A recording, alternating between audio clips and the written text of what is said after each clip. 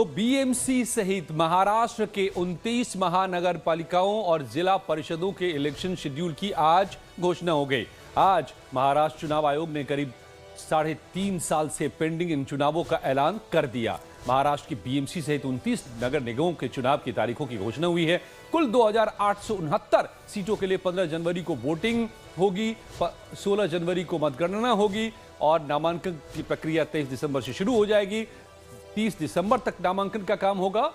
ये चुनाव 2022 से ही की शुरुआत से ही लंबित था, अभी तक डिले था और अब आकर के इसका ऐलान हो गया है। और इसके बाद बड़ी सियासत का दौर भी, क्योंकि ये देश ही नहीं बल्कि एशिया का सबसे अमीर म्युनिसिपल कॉर्पोरेशन है मुंबई का बीएमसी। और साथ ही 28 और महानगर पालिकाओं के चुनाव होने हैं, जिला परिषदों के भी इलेक्शन होने हैं। तो इस समय क्या राजनीतिक समीकरण रहने वाला है? इनमें सबसे अहम और प्रतिष्ठित होगा मुंबई का यानी कि बीएमसी का इलेक्शन। तो सबसे पहले समझ लीजिए कि 2017 में हुए बीएमसी चुनाव के क्या नतीजे थे, फिर अंदाजा लगेगा कि इस बार क्या क्या हो सकता है। याद कर लीजिए कि 2017 में शिवसेना में दो फाड़ नहीं हुआ था और बीजेपी शिवसेना के बीच सालों पुराना गठबंधन जारी था। बावजूद इसके 2017 बीएमसी चुनाव में शिवसेना और बीजेपी अलग अलग चुनाव लड़े थे, क्योंकि सीट बंटवारे पर सहमति नहीं बन पाई थी। और 2017 में शिवसेना सबसे बड़ी पार्टी बनी थी, जिसने 84 सीटें जीती, जबकि बीजेपी ने 81 सीटें हासिल कर करीबी मुकाबला किया था। और इनके अलावा कांग्रेस को 31, एनसीपी को 9 और एमएनएस को 7 सीटें मिली थी, 14 अन्य के खाते में गई थी। लेकिन 114 सीटों का मैजिक फिगर किसी के पास नहीं था। ऐसे में बीजेपी ने शिवसेना के विश्वनाथ महादेश्वर को मेयर पद के लिए समर्थन दिया था और 2017 से 2022 तक बीएमसी पर शिवसेना का ही कब्जा रहा। इसके बाद से यहां पर एडमिनिस्ट्रेटर बिठाया गया, क्योंकि चुनाव ही नहीं हो पाए। तो ये भी जान लीजिए कि बीएमसी चुनाव 2022 में ही हो जाने चाहिए थे, लेकिन क्यों इतने सालों 3 सालों तक टला रहा? दरअसल उद्धव ठाकरे के नेतृत्व वाली पिछली महाविकास अघाड़ी सरकार ने बीएमसी वार्डों की संख्या को 227 से बढ़ाकर 236 कर दिया था। इसी के हिसाब से वार्डों की परिसीमन की प्रक्रिया शुरू हुई थी। जून 2022 में सत्ता परिवर्तन के बाद एकनाथ शिंदे और बीजेपी की सरकार आई और एनडीए सरकार के फैसले को इसने पलट दिया और वार्डों की संख्या को वापस 227 कर दिया। इसके बाद कानूनी खींचतान शुरू हो गई, मामला अदालत पहुंच गया। वार्डों की परिसीमन में और नियमों में बार बार बदलाव के बाद ये हाईकोर्ट और देश के सुप्रीम कोर्ट तक मामला पहुंचा, जिससे चुनाव की प्रक्रिया रुक गई। दोनों ही अदालतों ने आखिरकार 227 सीटों के फैसले पर मुहर लगाई और जल्द चुनाव कराने के आदेश दिए। तब जाकर कहीं अब चुनाव का रास्ता खुला है।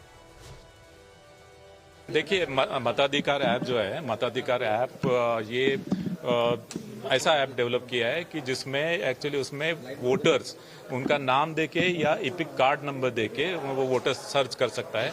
उसमें वोटर का नाम, कौन से प्रभाग में उसका नाम है और कौन से पोलिंग स्टेशन में उसका नाम है, ये उसमें दिखाई देगा। ये ऐप जो है, ये ऐप अभी एंड्रॉयड प्लेटफॉर्म पे अवेलेबल है और वो जल्दी ये iOS प्लेटफॉर्म में भी ये उपलब्ध हो जाएगा।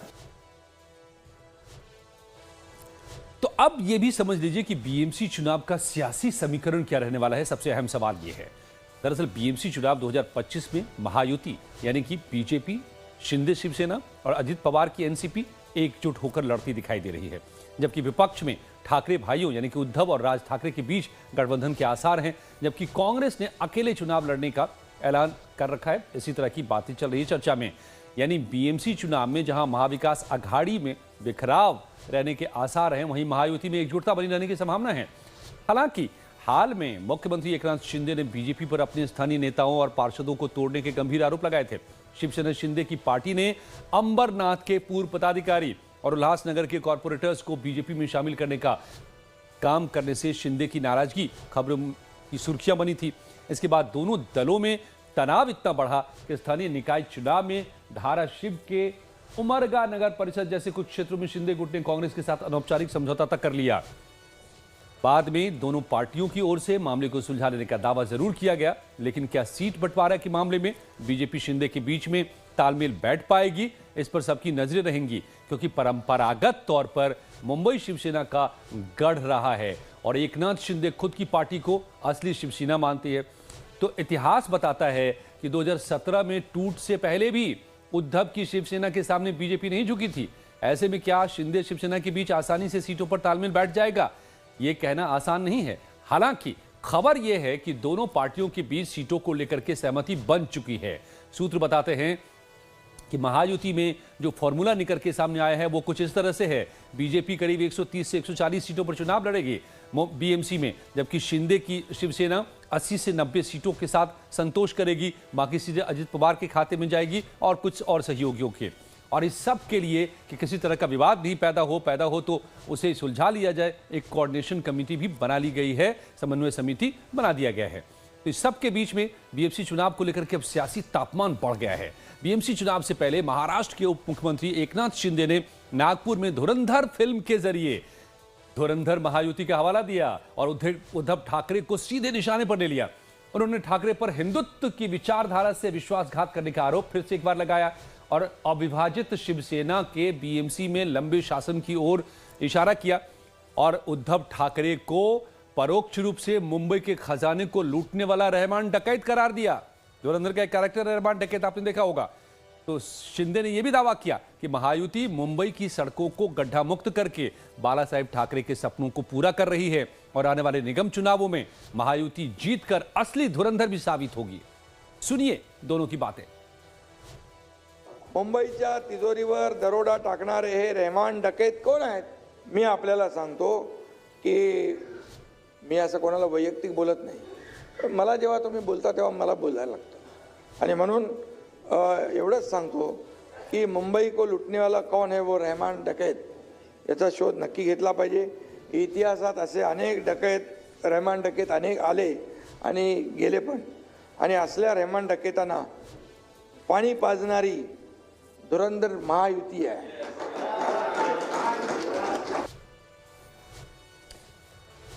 तो अब इसको समझिए कि जो एकनाथ शिंदे अटैक कर रहे हैं उसके पीछे का बैकग्राउंड क्या है। दरअसल बीएमसी पर ज्यादातर कब्जा रहा है शिवसेना का, और एकजुट जब शिवसेना रही है तो यानी उद्धव ठाकरे की अगुवाई वाली शिवसेना का कब्जा रहा है। तो अब अलग होने के बाद, दूसरी पार्टी बनाने के बाद शिंदे अब इस बार मैदान में है, आमने सामने है बीएमसी में भी। तो वो अटैक कर रहे हैं कि रहमान डकैत की तरह मुंबई को लूटते रहे उद्धव ठाकरे। तो ये बीएमसी चुनाव की सियासत अब गर्मी पर है और इसका जवाब भी लेकिन आ गया है उद्धव गुट की तरफ से। इसको भी सुन लीजिए। तो किसने किसको लूटा है, किसने किसको धोखा दिया है, ये पूरी मुंबई की जनता जानती है। रही बात धुरंधर पिक्चर आजकल आप देख रहे हैं, अच्छी बात है, आप फिल्में भी देखते हैं।